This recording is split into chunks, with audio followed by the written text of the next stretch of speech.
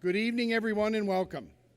My name is Ed Wright, and it's my pleasure to welcome you to the discussion of the Iran nuclear deal, compromise or catastrophe, a discussion of the Joint Comprehensive Plan of Action entered into between the United States, several other countries, and the Islamic Republic of Iran.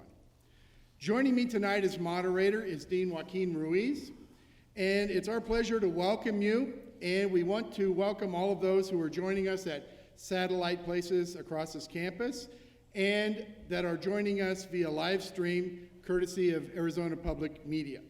We want to thank AZPM and Jack Gibson for their support of this event. It is an event that grew out of a discussion between Dean Ruiz, myself, and Dean J.P. Jones of the College of Social and Behavioral Sciences. Over dinner, we were discussing the agreement. And I'll be honest, we were sitting back and forth boasting about the experts in our colleges. And rather than just having one person give a talk and having question and answer, we thought about the best way to showcase the strengths of the university, the strengths of our college, is to do a panel discussion where you would have experts in 3 different areas approach the same topic and explore it in a circumspect way. So it's my pleasure to welcome you. Dean Jones is unable to be with us tonight, but he sends his warm greetings. And this collaborative interdisciplinary endeavor is something that we want to do more of to promote understanding in our community around the country. There are people joining us, as we've heard already, from literally around the country. And it's an honor to have you join us tonight. And I'd like to introduce my colleague, Dean Joaquin Ruiz, who will introduce our panelists, and we'll get started. Thank you very much. The idea, of course, is that the treaty not only is a technical treaty, but it also has significant consequences beyond the technicalities of the treaty. And I'm now recounting the conversation we had, and I think it was beer, it wasn't dinner. The conversation we had, we pointed out that we should try to separate those things so that the whole conversation is not a mush, but that we can actually describe what's been written, both in its technical characteristics as well as its social and economic and political implications. It's my pleasure to introduce our panelists. Phil Pinto, right here to my left, is professor of astronomy and physics. He studies the largest nuclear explosions in the universe, the good kind though, the kinds that make stars and the kinds that makes all kinds of the elements that we're made out of. He has also done work on nuclear non-proliferation issues and has worked as a consultant for the Lawrence Livermore National Laboratory, one of the United States nuclear weapons labs, for more than 20 years, doing both celestial and laboratory astrophysics. Phil has published over 120 papers on the physics of stellar explosions, high energy density plasmas in the laboratory, techniques for computer modeling in astrophysics, and you can say bombs, and most recently in the formation of large-scale structure of the universe. To his left is Faten Ghosn, an associate professor of government and public health policy. She received her BA and MA from the American University in Beirut and her PhD from the Pennsylvania State University.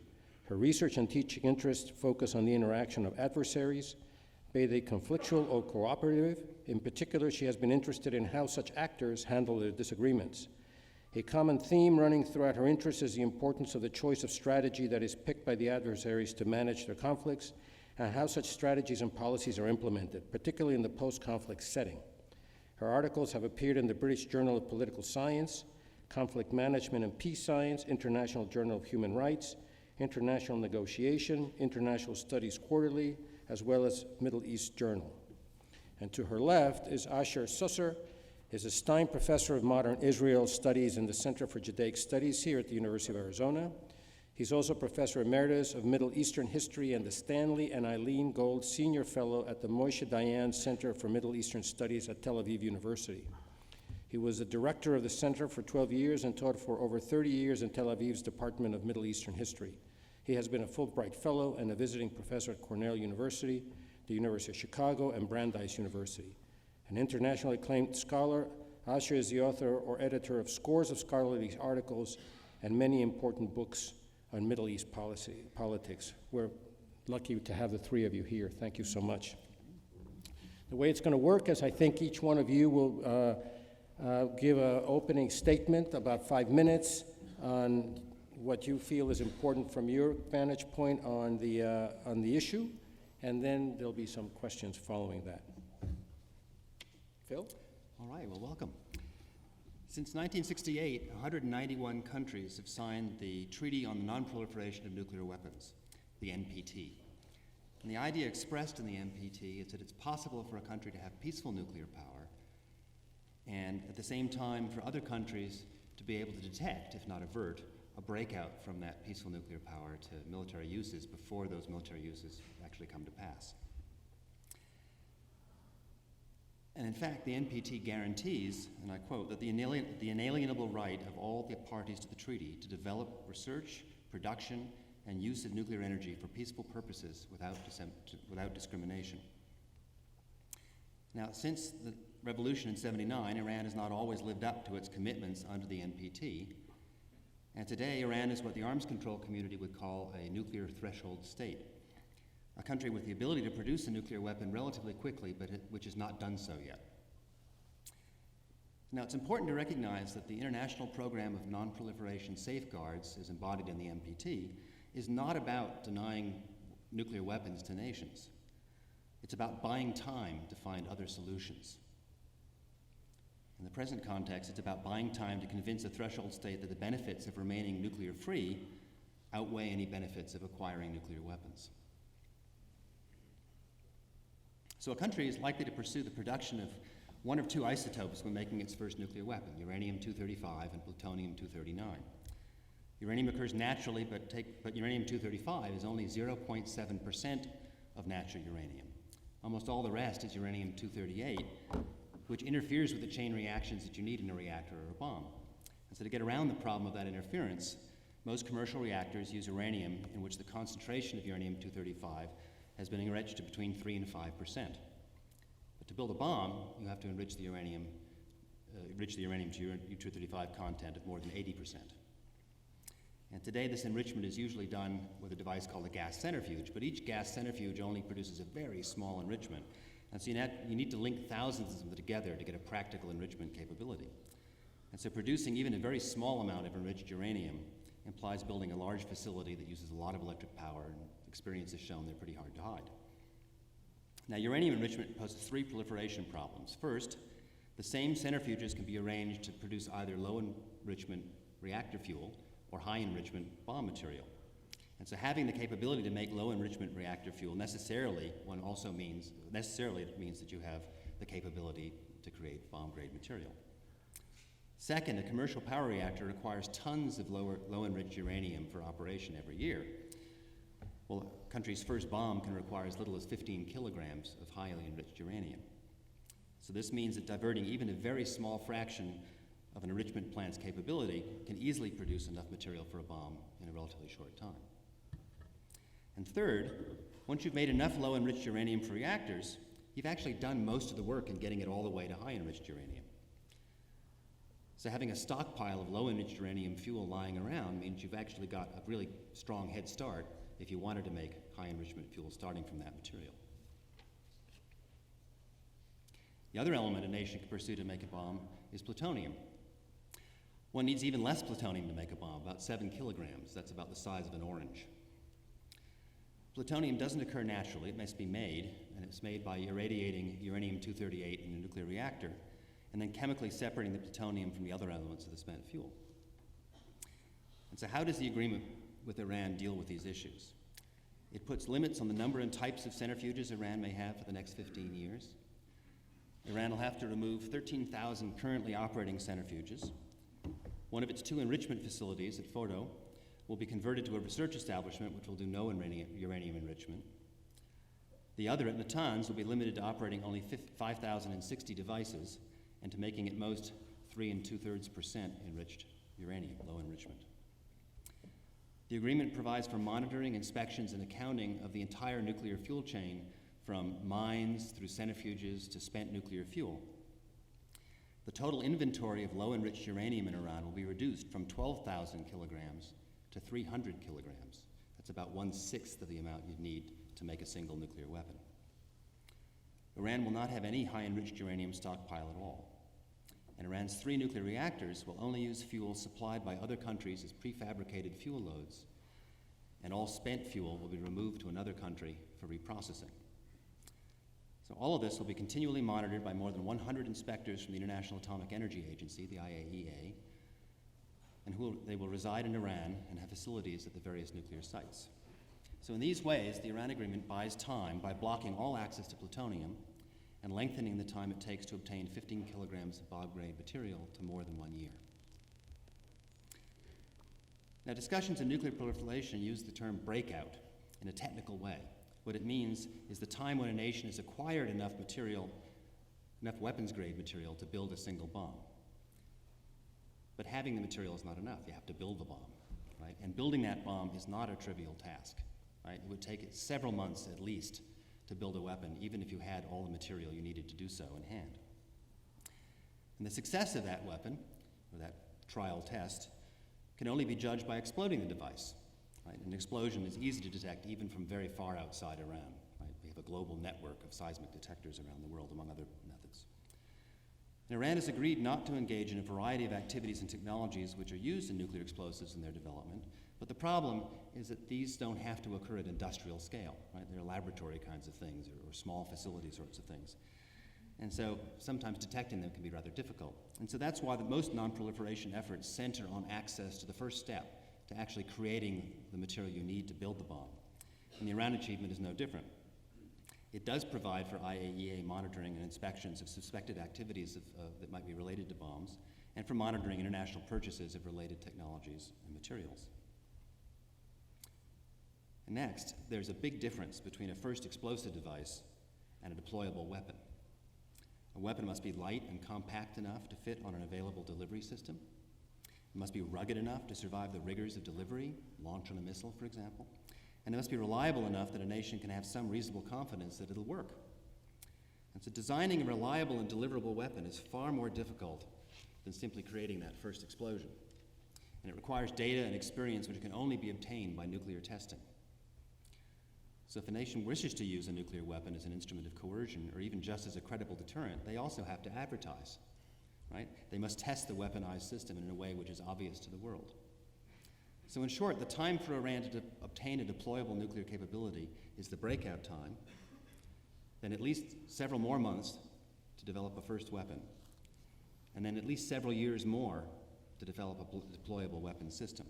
So it's important to recognize that even when people speak of the breakout time becoming small after the treaty expires, it doesn't mean that the militarily feasible weapon can be produced in no time flat.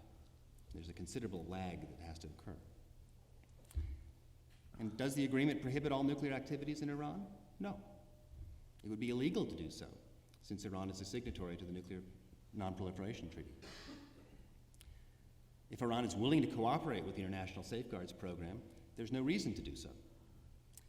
If it's not willing, such a prohibition would be impossible to enforce anyway. Does the agreement address the host of other issues which the international community has with Iran? No. It can be argued that addressing these issues will be easier dealing with a non-nuclear Iran than with a nuclear Iran, and perhaps this is what motivated the P5+1 to negotiate the current agreement. But it's very clear, it's a narrow non-proliferation treaty. The Iran agreement, if upheld, does achieve the non-proliferation goals of buying at least another decade to seek other solutions. But it's only a start. Making good use of this time to find such solutions is the difficult task ahead. Thank you, Phil. Thank you. So given my area of expertise, I'm going to be giving you guys a brief overlook or overview of the negotiation dimension and its complexities. Since I've been fascinated with how the term negotiation has been thrown around most recently, I thought it would be nice to start off with the basic textbook definition of negotiation, and that is it's a means of getting something you want from others.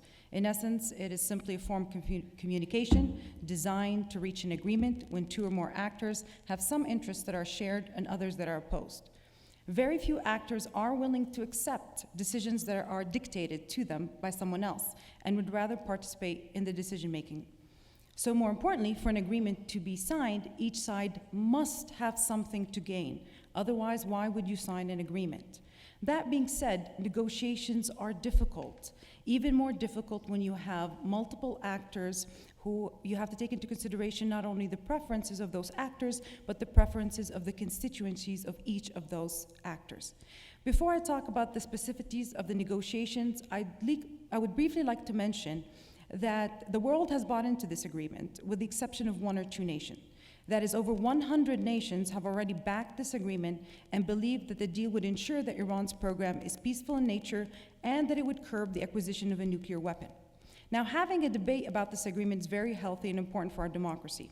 However, what's more important is having a civil discourse and debate these issues based off merits while being grounded in realistic expectations.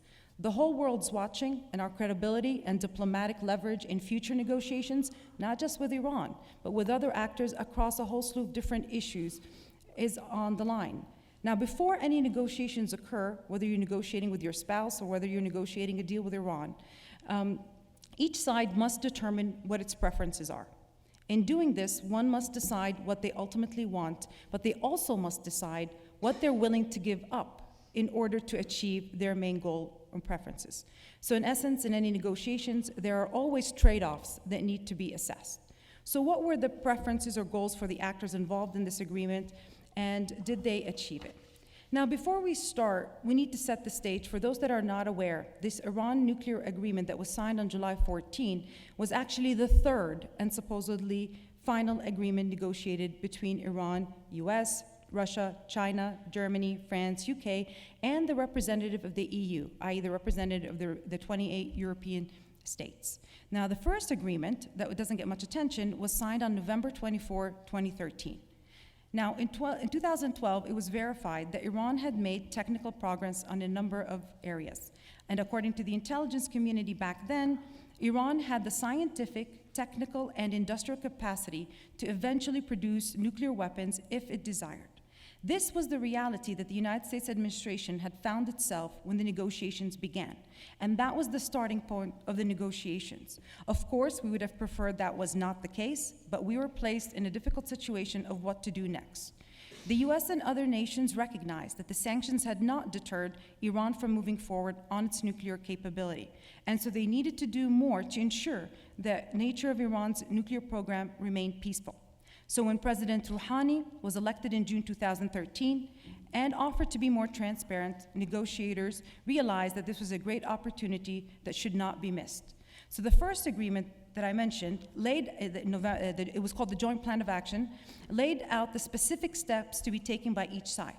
With respect to Iran, they had to first pause further developments to their nuclear program until a final agreement was reached. They had to roll back significant elements like the stockpile of 20% enriched uranium and allow for more extensive IAEA monitoring and access to nuclear site. What you don't hear much about is that Iran, for the next 19 months, that is from November 24, 2013 until they signed the agreement, stuck to its side of the agreement. And then in April this year, they signed the framework. In July, they signed the comprehensive. So walking into the initial negotiations in 2013, we wanted to halt Iran's development until we can get into place an agreement that would monitor and verify the nuclear program. I think part of the confusion that we're hearing and that has emerged is that many politicians have floated the idea that the aim of the negotiations was to dismantle the whole nuclear program rather than to ensure its nature. And as my colleague Phil just mentioned, Iran is a signatory to the Nuclear Non-Proliferation Treaty, and so they have the legal right to develop a peaceful nuclear program. So that goal is not even realistic or possible. Now, in 2003, Iran did approach the United States through the Swiss and offered to halt its nuclear program, which back then was in its infancy, and they didn't really have much centrifuges at that time.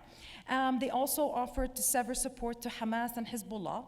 But the US administration responded, we don't talk to evil, we defeat it. So fast forward, 10 years later, when the negotiators reached the table, Iran now had the knowledge and the know-how to establish a nuclear program. Now, the goal of ensuring that Iran's program is only for peaceful purpose was the goal of our partners. If we wanted to shift our goal, let's just say, to dismantling the whole program, we might have seen a split in the coalition. This is not a bilateral treaty between Iran and the United States. Now, as for Iran, the main goal entering into the negotiators, as they claimed, was that they wanted the agreement to respect their nuclear rights to develop a program for research and development and industrial enrichment. So at the end of the day, the main aim of the agreement is to deter and to detect any attempt by Iran to pursue a nuclear weapon. It's not in any way meant to remove that program. To ensure this, the US and its allies negotiated a monitoring regime that is extensive, long-term, and multi-layered. Many of the assertions pertaining to the monitoring regime are inaccurate, and honestly, no one has offered a more effective alternative. CIA Director John Brennan has stated that monitoring and verification are as solid as you can get. Ephraim Halvi, former Israeli Mossad chief, stated that Iran has signed, quote, an invasive and unique regime like no other in the world. Now, while no arms control regime can provide a 100% guarantee against covert activity, the current regime increases the likelihood of detection, making breakout an extremely unattractive action or option for Iran. It would be nearly impossible for Iran to recreate its entire supply chain, conversion, enrichment facilities all covertly. In many of the facilities, there will be live technologies that would monitor several sites 24/7. I encourage people to read the agreement for themselves. The negotiators were thorough. They even put in place safeguards that would require Iran to notify the IAEA of design changes as well as nuclear programs or projects. These safeguards and requirements are permanent. They do not expire in 15 years. Thank you. Good evening. What I would like to talk about is the regional background that has evolved in the Middle East after over the last few years, and to place the agreement within that regional context. Over the last few decades, Iran has emerged as a major Middle Eastern power. And the balance of power between Iran and the Arabs has tended to shift in Iran's favor. This has a lot to do not with Iran's inherent power, but with the inherent weakness of the Arab states that has emerged over the last few decades. The Arab weakness and disarray. And it's against that background that people in the region, Israelis and others, look at the agreement with Iran. There are two issues that people in the region, and I say Israelis and others, are concerned about. That the agreement contains the Iranian program, but as we've heard, and for all the reasons that are perfectly understandable, does not put an end to the Iranian nuclear project. And there are those, of course, who have their fears about what this may hold in store further down the road. The fact that the agreement leads to the undoing of the sanctions regime also puts Iran in a position of, say, greater regional reach and clout as the sanctions regime is lifted, and that is another reason for regional concern. Having said that, one shouldn't exaggerate Iran's power nor its regional influence. It has arrived at a point of regional influence which is unprecedented. Some Arab rulers have referred to what they call the Shiite crescent, stretching from Iran to the Mediterranean, an area of Iranian influence from Iran to Iraq, and from Iraq to Syria, and from Syria to Hezbollah in Lebanon, which is indeed unprecedented. But having said that, the Iranians have their limitations too. And these are quite visible in some of the clashes and conflicts that are going on in the Middle East today that involve Iran and its allies or proxies. The war in Syria is not going well for Iran's client, Assad. The war in Yemen, the civil war in Yemen, where the Houthis were backed by Iran, has seen some serious reverses for the allies of Iran, the Houthis, in recent months as well. So if there are these limits to Iranian regional influence, and the balance of power between the United States and Iran is heavily weighted in the favor of the United States, there are those who argue, and they may have some justice to their argument,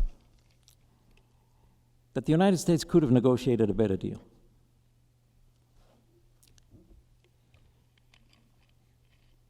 But the deal is done.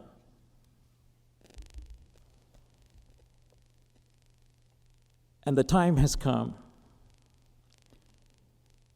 to end the debate about whether a better deal could have been achieved or not. It is a done deal. The question that Israel and other players in the region who are concerned about Iran, the question that they should ask themselves is what is to be done now? There is a new reality. What do we do about it? Not what do we say about it, but what do we do about it? And what I think should be done is that Israel and the United States should enter into a parallel agreement about what Israel and the United States should do in unison, in cooperation, when and if Iran does not comply. If all the fear about non-compliance is there, what Israel and the United States should be talking about is what do they do when and if. The second component of this strategic understanding ought to be, what do Israel and the United States do about Iranian hegemonic design?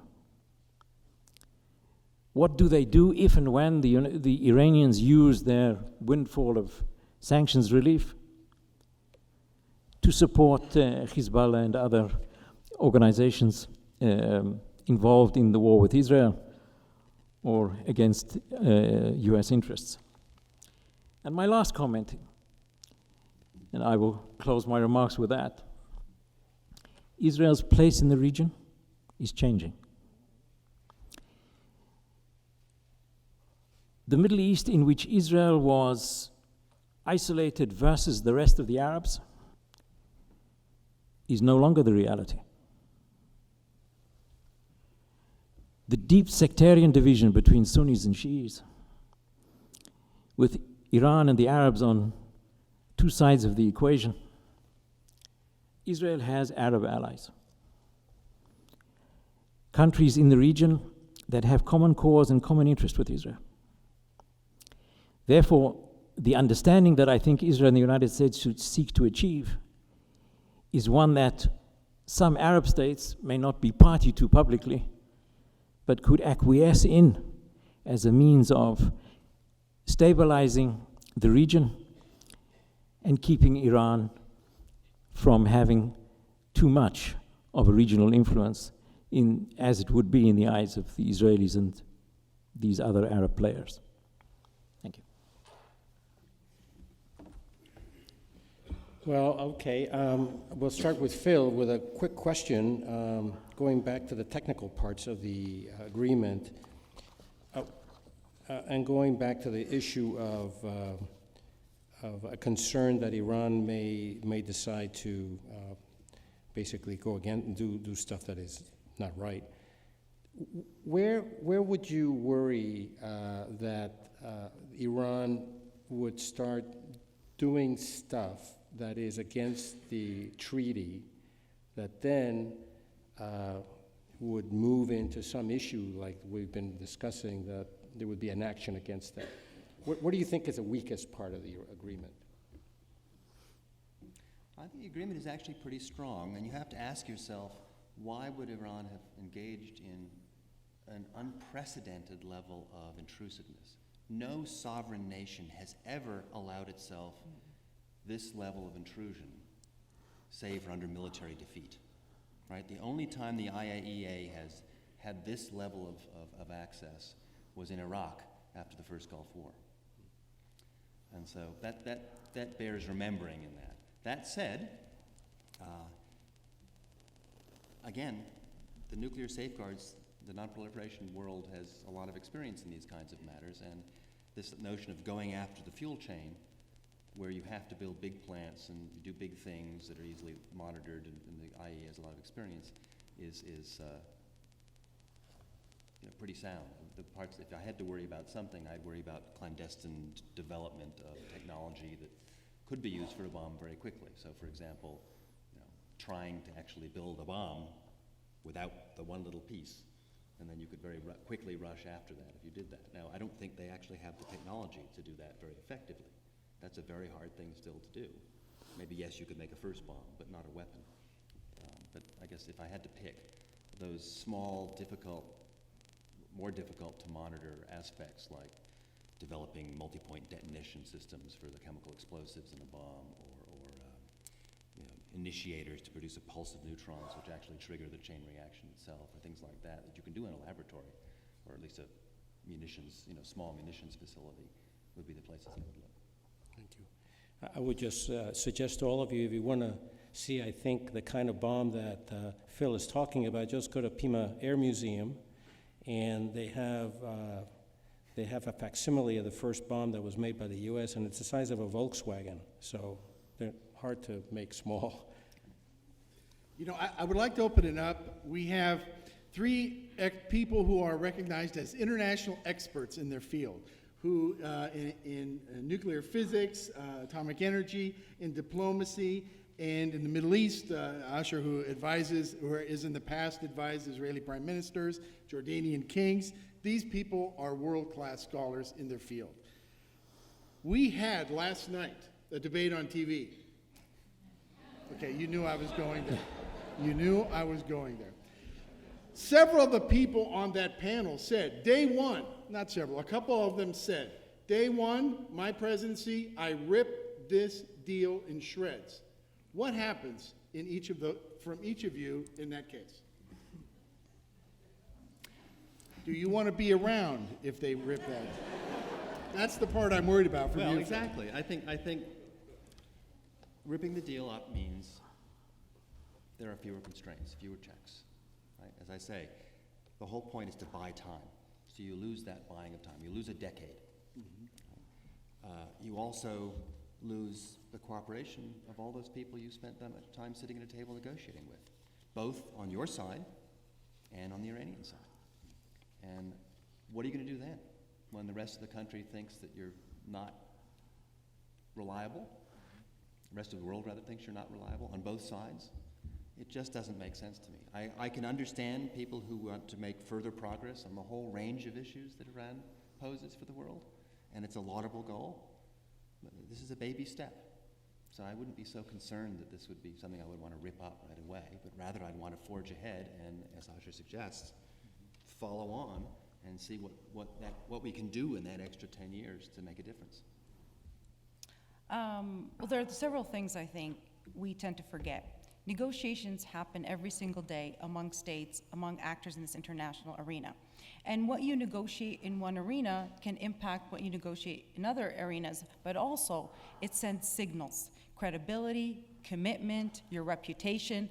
All of these, even right now, the world is looking at us and not understanding the debate that we're having. This is not a bilateral treaty between the United States and Iran. It went through the United Nations Security Council. It was passed. It's done.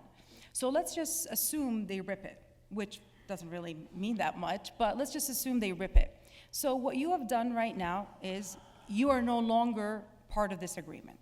So the only thing you can do is to keep the sanctions that are passed by the United States. For that to happen, you still need the cooperation of the rest of the world, because the sanctions are not a one-way street. And so you need the rest of the world to cooperate. The rest of the world has told us they're not going to cooperate.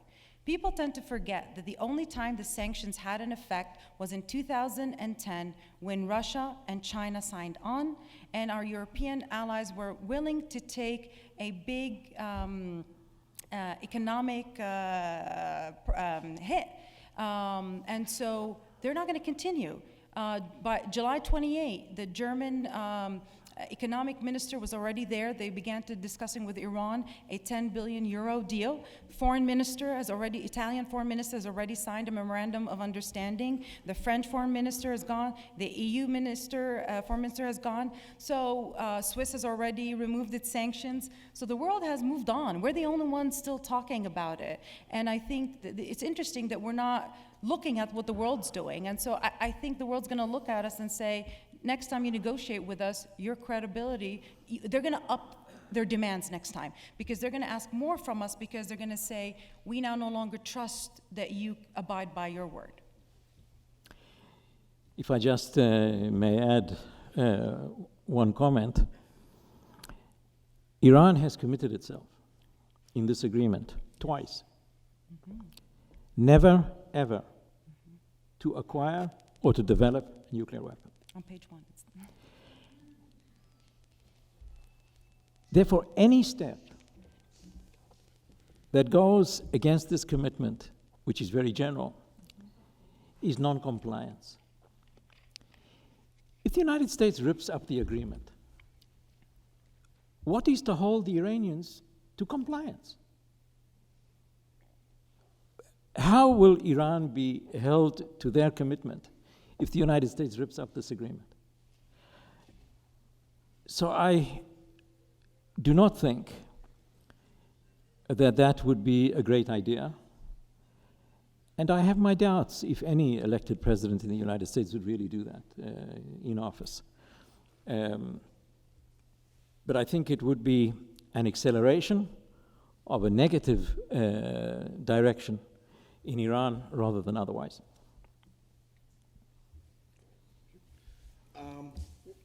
Staying on that theme, this issue has polarized people in so many ways. Two sides, the pro and the con. And each side marshals experts. How is it that we got to a point where, speaking as a person who works in the humanities and social sciences, I would expect the scientists to have been able to agree on this. And yet each side can bring together scientists one way or the other. Diplomatic people the same way, and regional experts.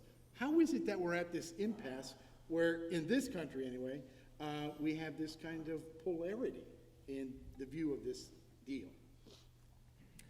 I think it's an indication of how the press doesn't always know how to deal with complicated issues.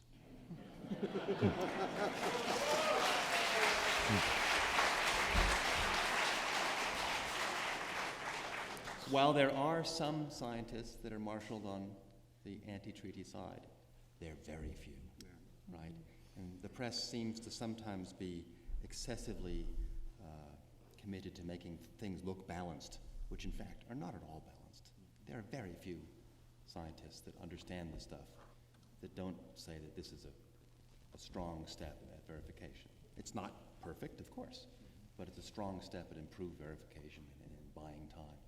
So I don't think that actually we really are in that situation, technically. From the science side.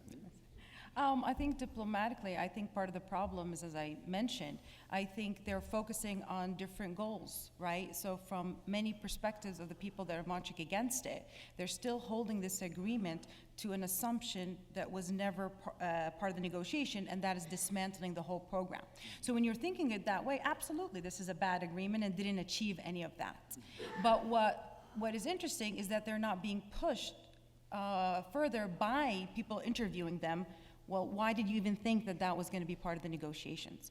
People are not pressuring them. Why in 2003, when Iran came and said it gave you everything you wanted, no nuclear program, it didn't have one, a big one, or no centrifuges back then, but it also told you, I will cut off support for Hamas and Hezbollah. And you said, and the United States said no. So what you ended up doing is encouraging Iran to then bring you to the table by increasing or changing the facts on the ground. And so I think that's really, we have just different perceptions of what this agreement was supposed to do. And it was never about dismantling. It's always been about monitoring. And that's the problem. They're never going to agree that that was the original goal.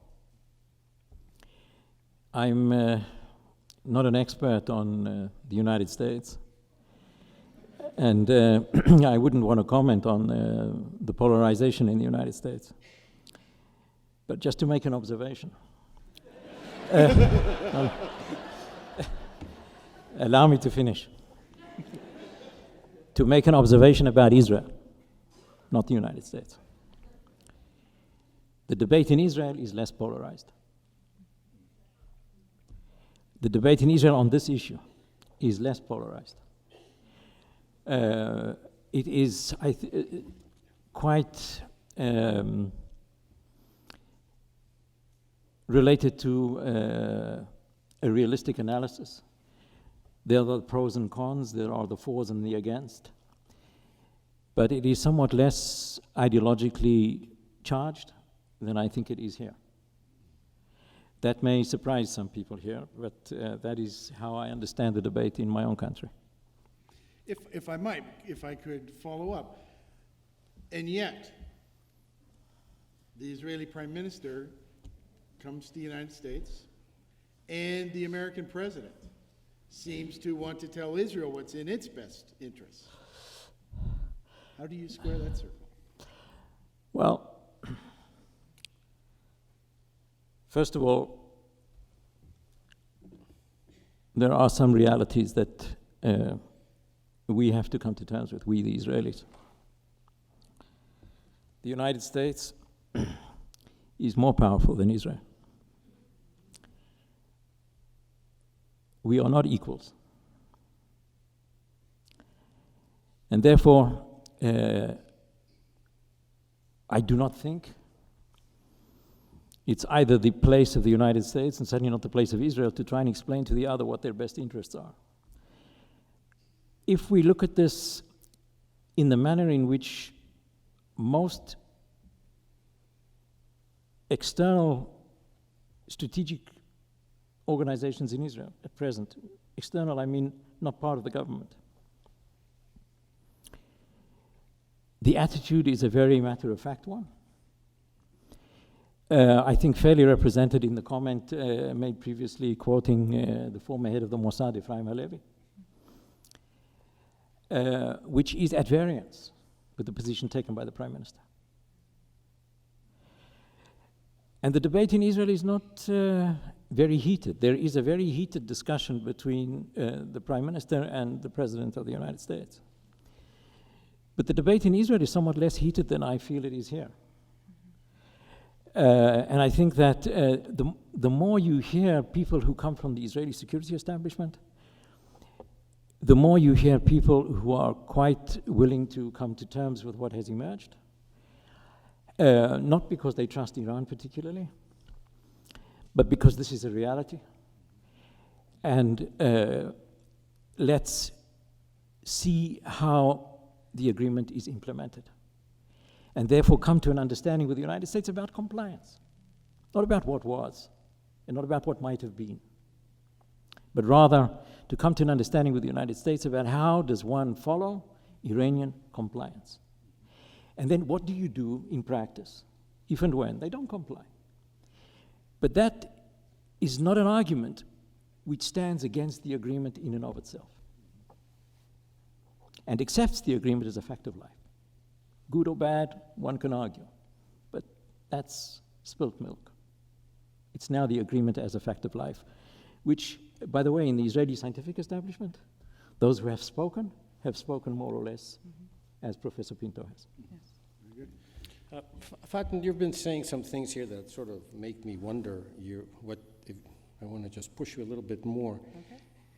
Okay. You've given a history of Iran's negotiation, and I'm beginning to wonder if you follow that to a logical conclusion that maybe they're not even interested and ever were interested in creating a bomb. Well, I mean, that's a very interesting question, right? Because if you want to think back and take a couple of historical events into account, if we go back to the 1980 war between Iran and Iraq, right? Iraq was using chemical weapons against Iran. And despite the fact that by then you had Ayatollah Khomeini, he refused to authorize chemical weapons because he felt that it was the devil's weapon, and from a religious perspective wouldn't allow it. Even after the war, when some members tried to convince him to go further, he consistently refused to develop. Some say that the current Ayatollah Khamenei in 2004 also issued a fatwa against nuclear weapons. So I don't want to read into whether or not these fatwas are going to be upheld or real, but I think what the Iranians did is textbook negotiation. When in 2003, Khatami tried to negotiate with the United States. People tend to forget. In 2001, when we went to war in Afghanistan, we needed intel on Taliban. Well, who helped us? Iran. And part of the reason why is because they are Iran's enemy and they're their neighbors. So Iran had been keeping a tab on them.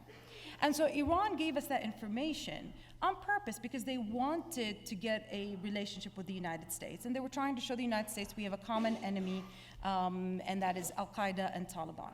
However, surely thereafter, within a year, they were labeled on the axis of evil.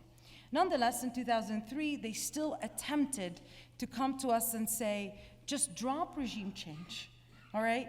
We'll start behaving well in the Middle East. Remember, so this is still, there's no war in the war in Iraq had just started,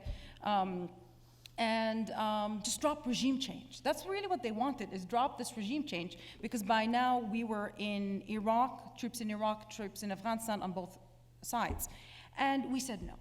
So from a negotiation perspective, what we teach students or teach people when you're negotiating, what do? If you want to bring the other side to the table, you have to change the facts on the ground, okay? And in essence, to bring them to the table. And the Iranians knew one of the best ways to change the facts on the ground is to develop your nuclear capability, because then they are forced to come to the negotiation table. And so I think that's, again, having just as an outside observer, I think just looking at the textbook, what we teach in the art and science of negotiations, the Iranians played it exactly down to the T of what you need to do.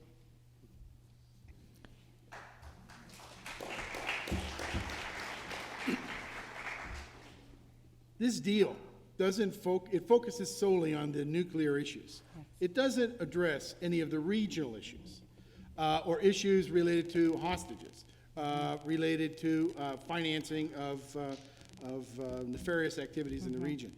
Was that wise? That was part of the debate yesterday as well, in terms of issue linkages, right? And we talk about issue linkages in negotiations, and it is important, and sometimes it is actually a good strategy to do to get a better deal. Unfortunately, in this case, again, it was not bilateral negotiations. So for any of these other issues to be put at the table, you needed all the other coalition partners to agree. So you needed China and Russia to agree that these issues should be put at the negotiation table. And it's highly unlikely that they would have agreed. Second, you already had a whole slew of issues that you had to negotiate on. You had to negotiate on multiple site inspections. You had to negotiate on the mines. You had to negotiate on the research and development. And so there's so many issues already to begin with. And as you add more issues, it becomes much more complicated. And a disagreement may fail, not because you don't want an agreement, but it's just too complicated to do that.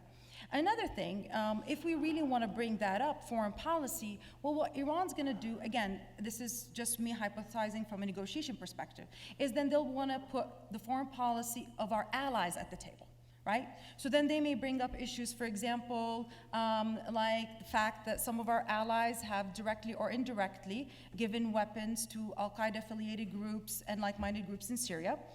They may bring to the table the issue of Bahrain, which doesn't get much attention here, but the fact of the matter that they also protested, part of the Arab Spring, but the protests were put down, and part of the reason is that we have a Navy Fifth Fleet over there. So it's much more complicated. It's not easy. Yeah, we bring up their issue and it's resolved. And so I think, in essence, it is a good idea to do issue linkages. In this case, there's already too many grievances, too many spilled milk between both sides, that bringing these issues would have deterred us. And I think from the American negotiators' perspective, they recognized that the ensuring the non-proliferation of nuclear weapons is a major security or major national security of the United States. And they needed to go after that first before anything else. I think everyone here, go ahead. Go ahead. Sorry. No, I just wanted to add that while I don't disagree at all with the whole explanation through the prism of negotiation, but for the Israelis or the Saudis or other players who are concerned about Iran, the fact that this is difficult to negotiate doesn't satisfy them. Yeah. It still leaves them worried and concerned about matters that were not negotiated. Now, they may not have been negotiated for good reason. That doesn't liberate the Israelis or the Saudis from their concerns. But true, but can I just add the fact of the matter that even the Israeli Prime Minister back a couple years ago agreed with, in combination with the United States and the UK, not to link these issues. So just go back into the media and read what they said.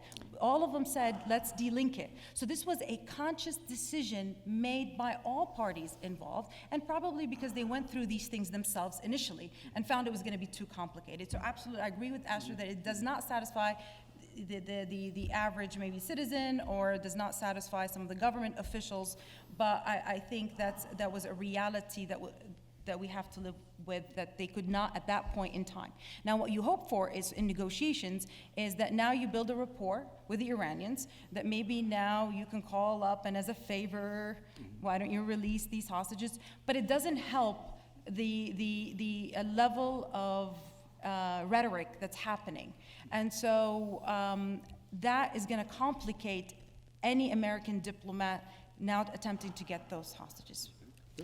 I'm not an American, and I don't want to speak for Americans.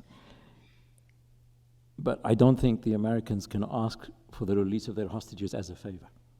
Well, you can actually. Actually, it's done in the past. It's done in the past where you can ask, and it has happened. I'm not saying just as a favor, they're going to give something else up. But what they may give up may be not as important for us. As a result, I think we've had the releases of hostages a couple years ago when they were released. Do you think they weren't released because of back-channeled negotiations, of secret negotiations? They weren't. The Iranians didn't wake up one day and said, here you go, there they are. So what we don't see out in the public doesn't mean it's happening, and it can happen through third parties, and it's happened in the past. So negotiations have been released, they may be released, but I think we also have to remember that, of course, that by creating this enemy image that we are right now, and it's harder to negotiate with an enemy. Bill? I just want to comment that Iran is a very important issue, but so is nuclear nonproliferation. We've been worrying about nuclear weapons in the world for a lot longer than we've been worrying about Iran. And in the global sense, it's a bigger issue, right? And I think it's very important not to lose sight of that. This is a non-proliferation treaty, like many that have come before, more detailed perhaps, in more difficult or equally difficult circumstances. But the fewer nuclear weapons we have in the world, the safer we all are. Very good. I think most people here, students around this campus, watching elsewhere, and the people joining us around the country, really want to ask the question, who wins and who loses? I'd like to rephrase it. What are the positives and negatives on each side? Each side has things that they like in it, they don't like in it. Would you each three address that briefly? Well, the positives is we've gained 10 years to achieve some kind of a deal for more permanent nuclear disarmament, and a decade is a long time. On the other side, of course, we've freed up on the order of $56 billion of Iran's money, which is frozen, to allow it to do whatever it wants with. And many people would say at least some of that is going to go to nefarious purposes like support of asymmetrical warfare and things like that. So it seems to me those are the two, we have an important nuclear agreement. We haven't done anything else, right? And those are what everybody identifies. Very good. I would agree. I mean, from the United States perspective, it achieved its core objective, and that is to ensure that they have an ability to monitor and detect Iran's nuclear program. I think and with the freeing up of the money, I think I want to remind everybody, Iran, in terms of its population, about 52% of Iran's population is between 15 and 40, all right? They're a highly educated population. And there have been a lot of pressures on the government for domestic services, but also the economy. So as much as they love maybe groups in Lebanon and elsewhere, they're going to love themselves first, and they're going to want that money to go first inside of Iran. So I think from Iran's perspective, it told its population, I'm going to get you a deal, and that it's also promised its population to spend the money internally, and they got a nuclear capability. Those were its positives. It's negative, as Phil said, this is the most intrusive, extensive arms control regime ever to exist. And so I think, you know, that's a lot for Iran to give up in terms of sovereignty. For the United States, the costs are also, I think, the domestic polarization. If we're unable to fully commit to this agreement, this makes us look weak. And so we need to be careful how we sell this agreement. Okay. Historians speak about late cognition. That is, political actors do not fully understand the consequences of their decisions until a much later phase.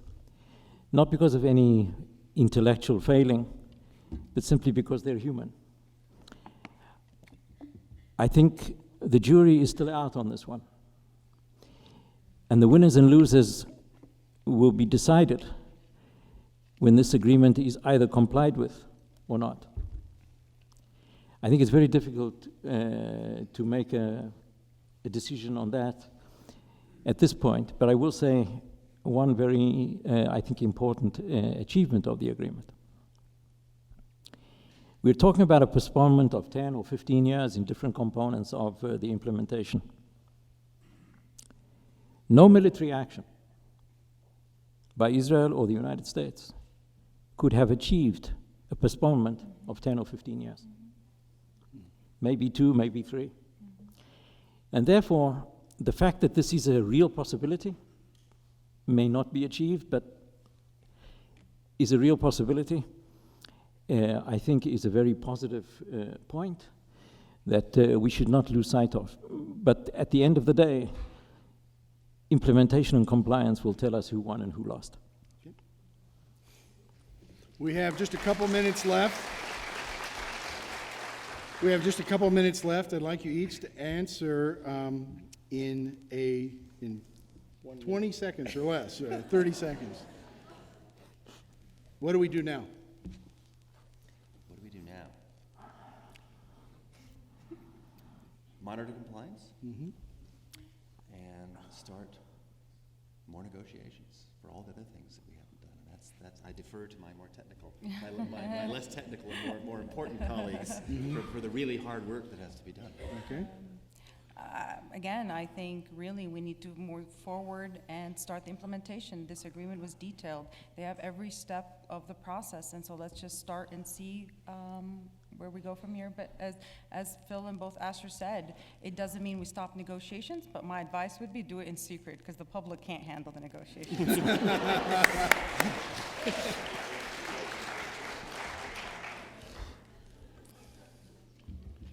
As far as I know, Prime Minister Netanyahu is coming to the United States in November for talks with President Obama. And on the what to do side, I would hope that they have a constructive negotiation about this parallel agreement that I was talking about before, which is not only important for the relationship between Israel and the United States, which needless to say is very important for Israel, but also as a form of deterrence vis-a-vis Iran against violation. The knowledge that the United States and Israel and their Arab allies are agreed upon what it is that should be done I think that will have a very important impact on the capacity of this agreement to succeed. Please thank our panelists.